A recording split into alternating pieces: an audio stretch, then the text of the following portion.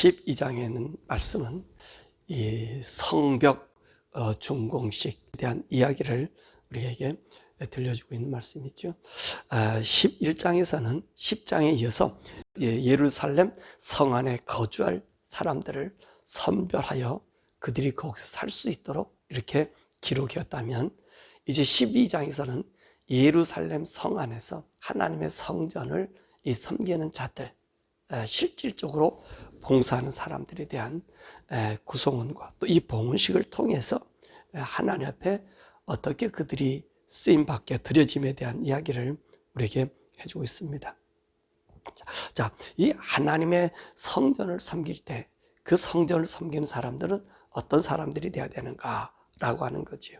우리는 사실 하나님의 성전을 섬기기 위해서는 제사장들과 그 레위인들이 상당히 필요합니다. 그리고 하나님을 잘 섬기게 이제 도와줄 그런 부분들, 또 보호할 부분은 바로 이 예루살렘 성벽이죠. 그들이 그 성전이 있는 그 성전을 둘러싼 이 도시에 어떤 사람들이 있어야 되는가 하는 것을 우리가 11장에서 또 우리가 보게 되고요. 또 선별되어진 것을 우리가 알게 됩니다. 왜냐하면 모든 이 삶의 중심은 하나님 중심 아닙니까? 그러면 하나님 중심이면 하나님의 중심에서 가장 중요한 역할을 하시는 분들이 누구예요? 바로 하나님으로부터 부름받은 자들, 또 주님 앞에 헌신하기로 작정한 자들, 그들이 하나님을 섬김에 가장 중요한 자리에 있지요. 이 제사장들이 타락한다든지 또 이 레위인들이 자기 할 일들, 그 일들을 잘 보조해 주지 못한다든지 그러면은요, 그런 그 하나님의 섬기는 일들, 또 하나님의 성전에서의 일들은 참 무의미하게 되고요. 거기는 아비규환이 되지요. 더욱 이 제사장이라든지 이 레위인들, 오늘 여기 있는 말씀 보면 이 느헤미야 시대는 또 학사 에스라가 있었습니다. 이 학사 에스라는 제사장이기도 하고 하나님 말씀의 법으로 사람들을 가르쳤던 분들이, 이 느헤미야는 총독 겸 또 이 사람도 제사장 가문이거든요. 그러니까 이 제사장이라고 하는 분들은 어떤 분이죠? 하나님과 인간과의 중간 역할에 서서, 그래서 인간의 모든 것을 하나님 앞에 이제 갖다가 드리는 사람이, 그럼 하나님 앞에 인간의 문제를 가지고 그리고 그 인간의 문제를 넘겨주는 이 다리 역할을 한다면 그들도 어떤 사람이 돼야 되겠죠? 하나님 말씀에 아주 잘 알아야 되고 하나님에 대해서 잘 부합돼야 되지 않겠습니까? 그래서 이 느헤미야가 귀하고 학사 에스라가 귀한 것은 바로 거기 있는 거예요. 또 이 학사 에스라 같은 인물은요, 하나님 말씀에 능통해서 제사장이라는 명칭뿐만 아니라 이 학사라고 하는, 이 가르치는 자라고 하는, 선생이라고 하는 그 의미가 그에게도 포함되어 있었던 것입니다.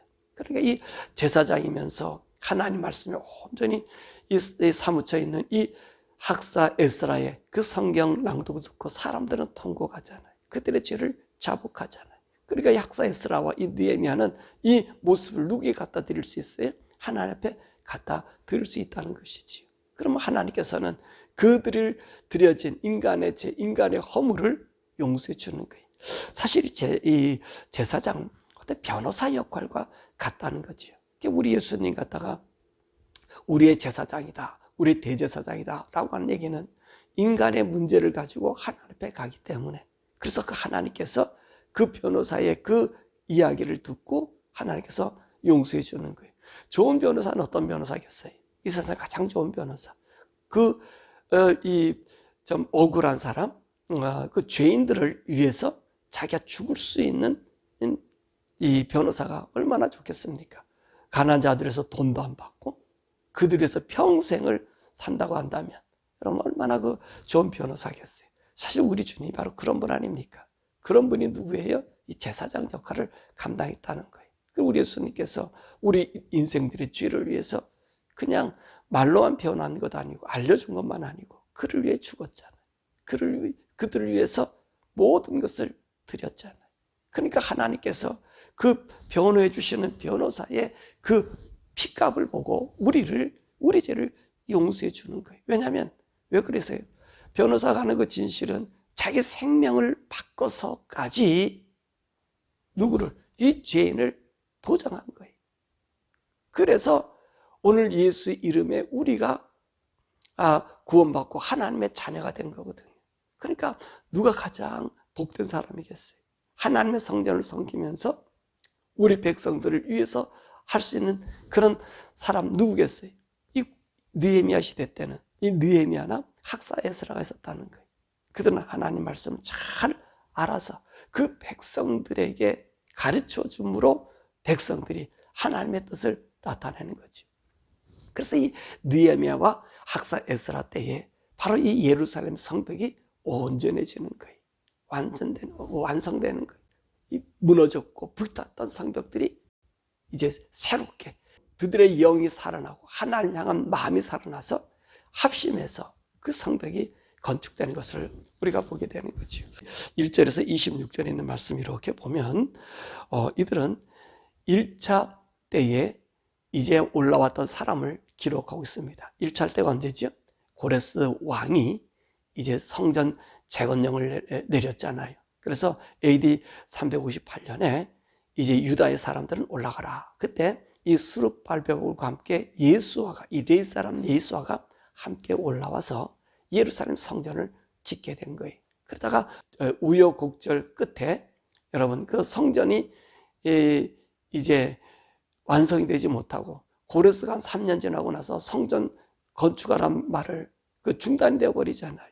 그래서 다리가 6년에 이제 완성이 되는데 성전은 지어 있으나 예루살렘 이 성벽은 무너진 상태 아닙니까? 불태진 상태가 아닙니까? 그렇게 한 100여 년이 지나오니까 진짜 하나님을 섬기고 하나님을 이제 받들어서 그 하나님이 다스림을 받는 이 백성이 되게 하려고 하면 이 제사장들을 예루살렘 안에서 하나님의 온전히 섬길 수 있는 그 기틀을 마련해야 되잖아요. 그래서 오늘 1절에서 27절의 말씀은 그 당시에 올라왔던 사람들의 자손들 선별하고요. 제사장 가문들이 복원되는 거예요. 왜냐하면 예배 중심, 이 당시에 성전 중심에는 제사장 중심이거든요. 제사장이 없는 성전은 무의미하고요. 제사장이 없는 그 성은 거룩해질 수가 없거든요. 그러니까 이 느헤미야가 성벽 봉헌식, 이 예루살렘 이 성벽 봉헌식에 이 제사장 이 그룹을 조사한 이유가 바로 거기에 있어요. 성별한 사람들을 통해서 성별한 사람이 거주함으로 이 성이 거룩하게 구별되어지는 그 의식이 오늘 성벽 봉헌식이었던 것입니다. 그래서 오늘 그 제사장과 그 레위인들을 다 조사해서 정말 그들의 이름이 기록된 그들을 찾아서 그 전통을 찾아서 그 가문의 핵심들을 찾아서 그래서 예루살렘 성벽에 건축된 원 이유가 하나님의 성전을 보호하고 하나님 앞에 예배하고 이 예배 하나님 중심의 신앙을 세우고자 한 것 아닙니까? 그래서 그들의 족보를 기록하고 그들의 그 제사장들을 찾아내고 그리고 느헤미야 때에 이런 사람이 있어서 지금 이 성전 봉헌식에 함께 참여한다라고 이야기하고 있는 것입니다. 더욱이 왜 이들 제사장과 레위인들이 필요했겠죠? 사실 이 예루살렘이 무너지고 바벨론 포로가 됐을 때까지는 성전이 없었기 때문에 대제사장이 있었을까요? 이 이스라엘 나라는 대제사장이 없어졌어요. 그리고 성전에서 하나님 앞에 제사의식도 제대로 세워지지 못했어요. 물론 하나님의 성전이 있었다 할지라도 아마 이 느헤미야 학사 에스라 이때까지도 온전한 제사가 드려졌을까 하는 의문이 생겨집니다. 물론 여기 있는 이 기록에 족보에 올라온 사람들을 보면 그 사람들이 왜 그런 기록을 계속 남겼을까요? 이 사람들은요 아마 그들이 끝까지 자기 제사장직을 감당했던 것 같아요. 그 산발랏이나 게셈이나 이 도비야 이런 그 방해 세력들이 많이 있었음에도 불구하고 그래도 이분들은 그 명부에 올려놓고 제사장의 명부를 올려놓고 있는 거 보면 그 하나님 한 제사를 끊이지 않았던 것 같아요. 이제는 이 성벽이 준공되고 예루살렘 이 성이 완성되었기 때문에 이제는 하나님을 향한 우리의 신앙도 온전히 하나님께 드려지자 그런 말씀을 여기서 해주고 있는 것입니다. 그래서 27절에서부터 우리가 43절의 말씀 보면 예루살렘 재건 이 준공식을 하는 것을 우리가 보게 되지요. 자, 이럴 때 어떤 일이 있습니까? 오늘 성벽 이 재건할 때는요, 이 제사장 그룹들과 함께 이 레위 사람들을 소집했어요. 그들을 앞장 세워서 오른쪽과 왼쪽을 돌려서 오른쪽 같은 경우는 학사에스라가, 그리고 왼쪽으로는 느헤미야가 그 찬양단들과 함께 유다 지도들과 반반 나눠서 돌아서 이제 오는 거예요. 한쪽은 북쪽으로 가고 한쪽은 남쪽으로 가서, 그래서 동쪽 문으로 만나요. 이 동쪽 문에 광장이 있거든요. 왜 동쪽 문에 이 성전에 이 성에 광장을 만들어 놨을까요? 성전문 앞에 광장 만들어 놓고서는 메시아가 동으로 오신다. 그래서 예루살렘 성문은 동쪽에 있어요. 또 성막도 동쪽에 있어요. 왜 동쪽에 있느냐? 그 성막을 동쪽한 것은 빛의 하나님이시잖아요. 동쪽에 빛을 비치죠. 그 빛의 하나님. 그 유다가 어디서 지켜요? 이 동쪽 문을 지켜요. 하나님의 뜻을 온전히 지켜 나갈 수 있는 그 지파가 유다 지파거든요. 유다 지파가 이 동쪽 문에 서 있거든요. 그래서 우리 그리스도가 오시는 게 동쪽 문에 오시는 거예요. 그리고 하나님이, 그 빛의 하나님이 이 백성들을, 그 무거운 짐을, 우리 백성들의 죄를 담당하는 그 모습도 함께 우리가 보여주고 있는 것이거든요. 그래서 이 동쪽 문으로 이제 남쪽에서 또는 북쪽에서 돌아서 만나서 이들이 이제 하나님 앞에 이 봉헌식을 드리는 거예요. 그럼 왜 이 느헤미야가 유대 지도자들을 거기다가 세웠을까요? 그 성벽을 받는 의미를 왜 만들었을까요? 그렇잖아요. 우리들이 어떤 마음으로 하나님을 섬겼는가? 우리 조상들이 어떤 모습이었는가? 그들이 무엇을 자백했습니까? 통했습니까? 우리 자기와 자기 조상들이 하나님 앞에 죄를 지은 것을 통했잖아요. 초막절에 하나님 말씀 듣고 나니까 그들이 다시 모여서 우리가 하나님 앞에 잘못됐음을 통회하고 회개했잖아요. 그것처럼 오늘 이들에게 이 성벽이 왜 이렇게 무너졌는가? 왜 무너졌는가? 우리가 하나님 중심, 저 하나님 성전이 중심으로 하나님의 삶을 산 게 아니라 정말로 그 아무랐던 신놈의 골짜기라든지 또 이 분묘라든지 그리고 다윗의 망대 이런 데를 지나오면서 그 역사를 회고하는 거예요. 다시는 우리가 이렇게 우상에 빠지지 않고 다윗이 하나님을 섬겼던 그 섬김의 영광, 그래서 이 성을 우리에게 주었던 이 영광을 지키자고 유대 지도자들을 데려간 거거든요. 사랑하는 여러분, 이게 바로 우리들의 모습인 것입니다. 그리고 난 다음에 44절 40절의 말씀 보면 그들이 약속한 대로 이제 레위인들을 세워서 녹을 주고 그들은 11조를 또 제사장들이 드리고, 그 얘기는 뭐냐면 이들이 이런 열심으로 이런 삶을 살았다는 것을 보여주고 있는 거예요. 그럼 이 성전 봉헌식은 언제 행해졌을까라고 얘기합니다. 그래서 성전이 다 완공된 6월 25일에 이 성전이 완공된 그때 이 준공식을 했느냐? 그건 아니에요. 여기 있는 말씀을 이렇게 살펴보면 이들이 회개하고 통회하고 그리고 난 다음에